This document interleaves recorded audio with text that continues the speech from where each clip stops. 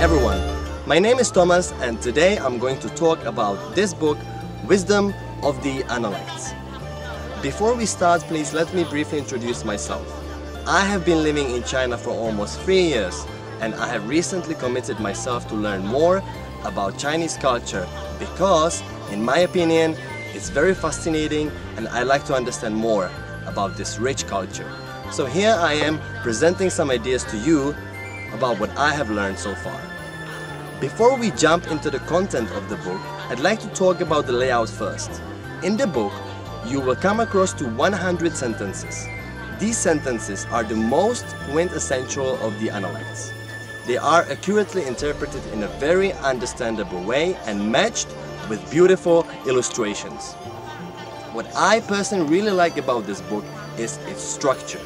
The order in each chapter is always the same and goes as follows. On the top, you see the sentence which also represents the name of the chapter. I find this extremely helpful because sometimes when I was reflecting on some ideas from the book and I wanted to get back to some particular chapter, the only thing I had to do is to go straight into the summary here and looked it up by its name. Right under the chapter name is the source. Usually the source is either quotation of Confucius himself or it captures a dialogue between him and his disciples. Here. You can also find a reference here, right under. Last section is the comments, providing some additional explanations to help you understand better some of the concepts of the book. So this concludes the part about the layout of the book, and now let's talk about Confucianism.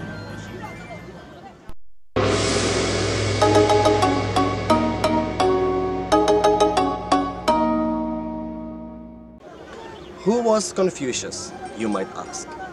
Confucius, also known as Kongzi, was a Chinese philosopher, teacher, and a political figure. His teaching, preserved in the Analects, focused on creating ethical models of family and public interaction, and also setting educational standards. After his death, Confucianism became the official imperial philosophy of China, which was extremely influential during the Han, Tang, and Song dynasties. I was contemplating how to explain Confucianism in a brief yet understandable way. Confucius' teaching is quite complex.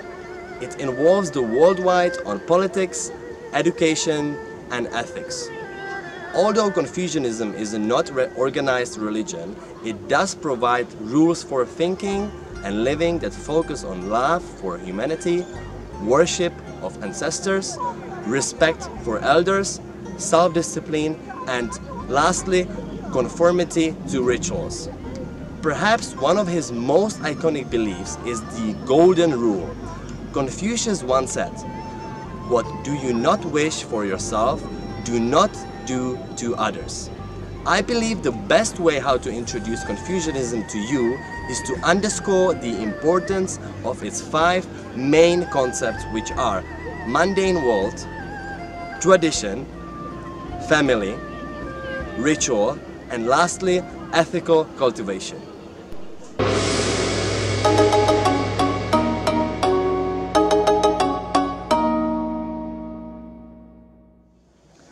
First concept is the mundane world. Confucius once said, "You do not understand even life, how can you understand death?" In contrast to more transcendental philosophies, Confucianism embraces the importance of living in this world, the mortal, temporal, mundane world that Taoists and Buddhists so despise. Due to this worldly focus, Kongzi himself was famously silent on the topic of God and the possibility of an afterlife. You might summarize his attitude on otherworldly affairs as, "I don't know and I don't care." I said to myself, run, Beth. Run for your life before this man kills you both. Then do you know what the klutz did? No, and I don't care. I'm gonna tell you, he... Second one is tradition. Confucius once said, "I transmit rather than innovate. This is probably the most famous tenet of Confucianism. However, it is important not to mistake Confucian traditionalism for ultra-conservatism or blind adherence to tradition. Rather, Gongzi advocated a revivalistic attitude towards tradition. In other words, we should look to the golden ages of the past as a model, applying their best ideas and practices to present society. For an analogy, think of Martin Luther King's civil rights movement, which drew on long-standing American and Judeo-Christian values like love, equality, and human dignity. There was nothing new in Martin Luther King's message. He was only reminding people of values that already existed within the Western tradition. The third one is family. Confucius once said, "Might we not say that filial piety and respect for elders constitute the root of goodness? For Confucians, family is the root of virtue." In terms of moral development, the family is the first place a child learns to love and be loved. If a person cannot be good to even his family, then how can he be good to strangers? If a son cannot be obedient to his own father, then how can he be obedient to his ruler? For this reason, the family is the basic unit of society in Confucianism. And hence,